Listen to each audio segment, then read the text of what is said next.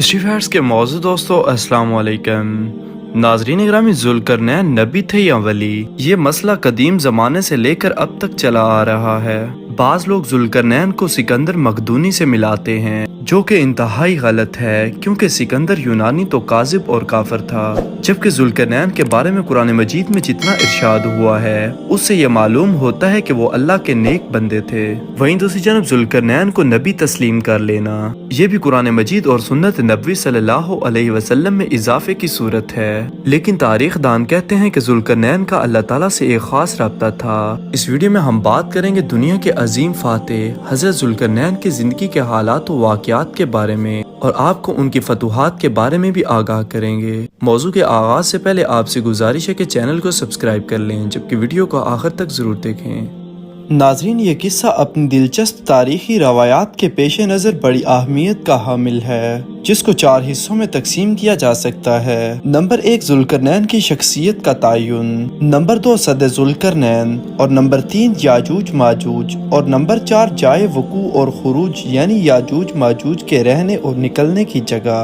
ناظرین، قرآن کریم نے اس سلسلے میں کوئی تصریح نہیں کی، صرف ذوالقرنین کا لفظ بول کر ان کی ضروری حالات و سیرت کو اجاگر کر دیا ہے۔ وہیں نظم قرآن سے یہ معلوم ہوتا ہے کہ ذوالقرنین بھی قرآن کا رکھا ہوا نام یا لقب نہیں ہے، بلکہ یہود جن کے کہنے پر کفار نے رسول اللہ صلی اللہ علیہ وسلم سے ان کے متعلق پوچھا تھا، انہی کا رکھا ہوا نام یا لقب ہے۔ اس واقعے کے پس منظر سے یہ معلوم ہوتا ہے کہ یہ واقعہ بڑی ہی اہمیت کا حامل ہے۔ اس کی ایک وجہ تو یہ ہے کہ اسی واقعے پر رسول اللہ صلی اللہ علیہ وسلم کی صداقت کا امتحان مطلوب تھا۔ یہود نے جو آپ کو نہیں جانتے تھے، اور نہ ہی اس کا عام طور پر چرچا تھا کہ جس کی بھنک رسول اکرم صلی اللہ علیہ وسلم کے کانوں میں پہنچی ہو، اسی بنا پر ذوالقرنین کے متعلق آپ صلی اللہ علیہ وسلم سے سوال کرنے پر آپ خاتم النبیین صلی اللہ علیہ وسلم نے پوچھا کہ ذوالقرنین کون ہے؟ تو سائلین نے کہا کہ جس کا تذکرہ تورات میں صرف ایک جگہ پر ہے۔ اسلوب قرآن کا باغور مطالعہ کرنے سے ہمیں یہ معلوم ہوتا ہے کہ ذوالقرنین ان تمام تر خصوصیات کے حامل تھے۔ نمبر 1، وہ یہودیوں میں ذوالقرنین کے لقب سے معروف تھے۔ نمبر 2، وہ ایک ایسے شخص تھے جس کو اللہ نے اپنے فضل سے حکمرانی دی تھی۔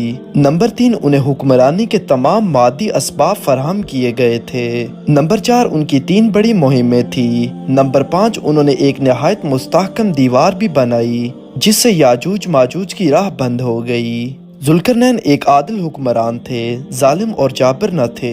نمبر 7، وہ ایک مومن اور موحد تھے۔ نمبر 8، حریص اور لالچی نہ تھے، چنانچہ انہوں نے خراج لینے سے انکار کر دیا تھا۔ ان تمام باتوں کو مد نظر رکھتے ہوئے تاریخ قدیم میں کسی ایسے شخص کی تلاش کی جائے جو ان تمام صفات کا حامل ہوتا کہ اس کو قرآن کریم میں مذکور ذوالقرنین کا مصداق بنایا جا سکے۔ مفسرین کے خیالات ذوالقرنین کے سلسلے میں مختلف ہیں، چنانچہ بعض مفسرین مثلاً امام رازی رحمۃ اللہ علیہ اس کا مصداق سکندر مقدونی یونانی کو قرار دیا ہے، اور یہ اتفاق ہے کہ اسی قول کو سب سے زیادہ شہرت ملی۔ حالانکہ اگر سکندر مقدونی کا اگر ان صفات سے موازنہ کیا جائے تو بات واضح ہو جاتی ہے کہ ذوالقرنین کا مصداق سکندر یونانی کو قرار نہیں دیا جا سکتا، کیونکہ پہلی بات تو یہ کہ وہ موحد نہ تھا، مشرک اور کاذب تھا، اس کا وزیر ارسطو تھا۔ نمبر 2، وہ عادل نہ تھا۔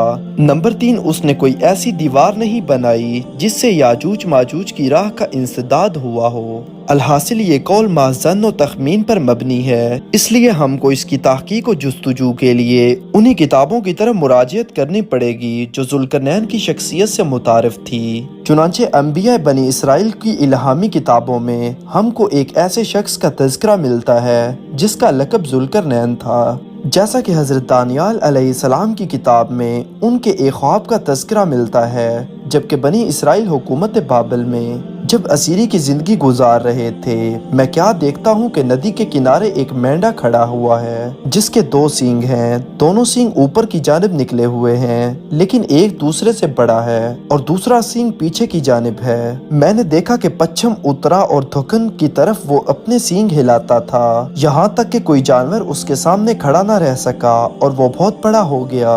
میں یہ بات سوچ رہا تھا کہ پچھم کی طرف سے ایک بکرا آیا تھا، وہ سینگ والے مینڈے کے پاس آیا اور اس پر غضب سے بھڑکا اور اس کے دونوں سینگ توڑ ڈالے، اور مینڈے کو مقابلے کی طاقت نہ تھی۔ پھر جبریل امین نمودار ہوئے اور انہوں نے اس خواب کی تعبیر یہ بتلائی کہ 2 سینگ والا مینڈا میڈیا اور فارس کی بادشاہت ہے اور بال والا بکرا یونان کی بادشاہت ہے۔ جو بڑا سینگ اس کی 2 آنکھوں کے درمیان دکھائی دیا اور اس کا پہلا بادشاہ ہوگا۔ تقریباً اسی مضمون کی پیشن گوئی حضرت یسوع علیہ السلام اور حضرت یرمیہ علیہ السلام، حضرت عزرا علیہ السلام اور حضرت زکریہ علیہ السلام کے صحیفوں میں مختلف اور متفرق پیروں میں بیان کی گئی ہے۔ عربی میں کرن کے معنی سینگ کے ہیں، کرنین اس کا تسنیہ ہے۔ مذکورہ خواب میں 2 سینگوں والے مینڈے کا تذکرہ ہے جس کی تعبیر میڈیا اور فارس کی بادشاہ سے دی گئی ہے۔ اسی خواب میں آگے چل کر بنی اسرائیل کو بشارت دی گئی کہ وہ جو اسیری کی زندگی گزار رہے ہیں، یہ 2 سینگوں والا بادشاہ ان کو نجات دلائے گا۔ چنانچہ انبیاء بنی اسرائیل نے اپنی قوم کی بدعمالیوں کی بنا پر بیت المقدس اور مسجد اقصی اور خود بنی اسرائیل کی تباہی سے دوچار ہونے والوں کے متعلق پیشن گوئیاں کی اور ساتھ ساتھ ایک بادشاہ کا تذکرہ کیا جو اتر کی طرف سے آئے گا اور ان کو اس بلائے عظیم سے نجات دلائے گا۔ چنانچہ اسیری کے چند سال بعد جب بخت نصر کا انتقال ہو گیا اور یونان دوبارہ نئے اقتدار میں آ گیا اور حکومت کا نظم و نسق بیل و شازار کے ہاتھ میں آ گیا جو کہ بڑا ظالم اور عیاش بادشاہ تھا، جس کے متعلق کتاب دانیال میں ہے کہ اس نے بیت المقدس کے لائے ہوئے مقدس ظروف میں نوش کی تھی اور غیبی ہاتھ نے اس کو اس مکروہ حرکت پر متنبع کیا تھا، باوجود کہ بابلی حکومت کے قلعے کا سوار البلد نہایت مستحکم تھا، لیکن چند ساعات ہی میں شاہ فارس نے بابلی حکومت پر قبضہ کر لیا اور بنی اسرائیل کو آزاد نہیں کیا بلکہ مزید کرم فرمائی کر کے بیت المقدس اور مسجد اقصی کی تعمیر نو کا انتظام اپنے شاہی خزانے سے کیا۔ یونانیوں نے اس کو سائرس، عبرانیوں نے اس کو خورس اور عربوں نے اس کو کسرو کے نام سے یاد کیا ہے۔ چنانچہ کتاب دانیال میں اس کو خورس کے نام سے یاد کیا گیا ہے اور اللہ تعالیٰ نے کسی مقام پر ان کو اپنا چرواہا اور کہیں مسیح قرار دیا ہے۔ شاہ فارس خورسی یہودیوں کے موسن اور ان کے مربی ہیں اور یہی معلوم ہوتا ہے کہ قرآن میں مذکورہ ذوالقرنین کا مصداق وہی ہے۔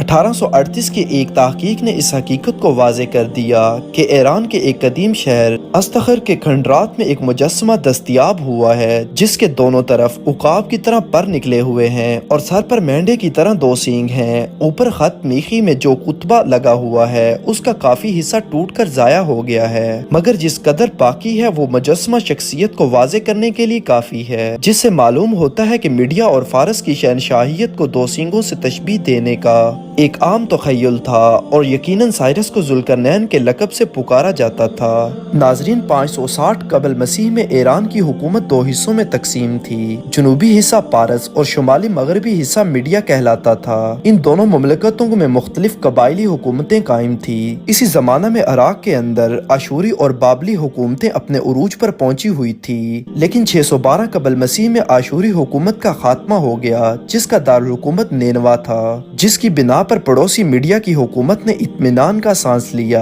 اور بتدریج ایک قومی حکومت کی تشکیل عمل میں آئی، مگر فارس اور میڈیا کی حکومتیں اس وقت تک بے اثر تھی اور بابل کی ظالمانہ حکومت اپنی آب و تاب کے ساتھ دنیا پر جلوہ گر تھی۔ لیکن 559 قبل مسیح میں ایک غیر معمولی شخصیت غیر معمولی حالات کے اندر ابھر کر سامنے آئی۔ یہ فارس کے ایکمی نیز یا نجاش خاندان کا ایک نوجوان گورش جسے خورس بھی کہا گیا ہے، جو فارس کی ایک چھوٹی سی ریاست کا گمنام رئیس تھا۔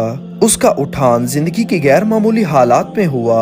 ابتدائی زندگی پہاڑوں اور جنگلوں میں بسر ہوئی، پھر ایک وقت آیا کہ اس کے اعلیٰ اخلاق و خصائل اور غیر معمولی قابلیتوں کی بنا پر امراء کی نگاہیں اس پر مرکوز ہو کر رہ گئی اور پہلے امراء فارس نے خورس کو اپنا امیر تسلیم کیا۔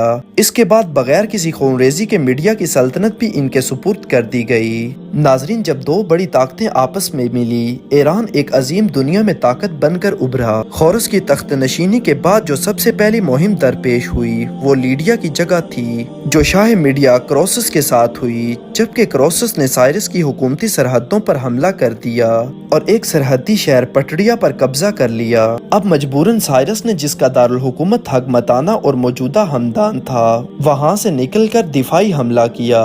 خورس فتح کرتا ہوا چلا گیا اور بڑھتا ہی رہا، یہاں تک کہ میڈیا کی تمام مملکت پر قبضہ کر لیا۔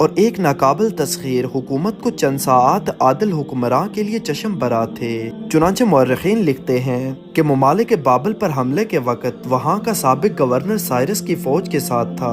تورات کی شہادت کے مطابق سائرس کا ظہور اور بابل کی فتح بنی اسرائیل کے لیے ایک اور خوش آئند پیام حیات تھا، اور یہ بالکل اسی طرح ظہور میں آئی جس طرح انبیاء بنی اسرائیل نے بہت پہلے اس کی بشارت دی تھی۔ بنی اسرائیل میں مملکت بابل کے زیر حراست جو قیدی تھے ان میں ایک اسرائیلی نبی حضرت دانیال علیہ السلام بھی موجود تھے، اگرچہ وہ عام قیدیوں کی طرح نہیں تھے بلکہ نہایت معزز طریقے پر رکھے جاتے تھے۔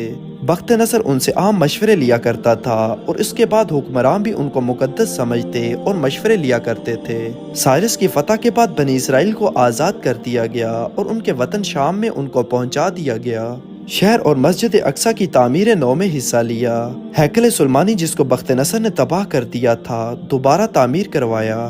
بابل کی حکومت فتح کر لینے کے بعد سائرس کی عظمت تمام مغربی ایشیا میں مسلم ہو گئی۔ 539 قبل مسیح میں سائرس حکمرانی کے عالمگیر تخت پر نمایاں نظر آتا ہے۔ چند سال پہلے جو ایک گمنام شخص تھا اب پورے ایشیا میں بلا شرکت غیر فرمان روا تھا۔ فتح بابل کے بعد ذوالقرنین 10 سال زندہ رہا اور 529 قبل مسیح میں انتقال کر گیا۔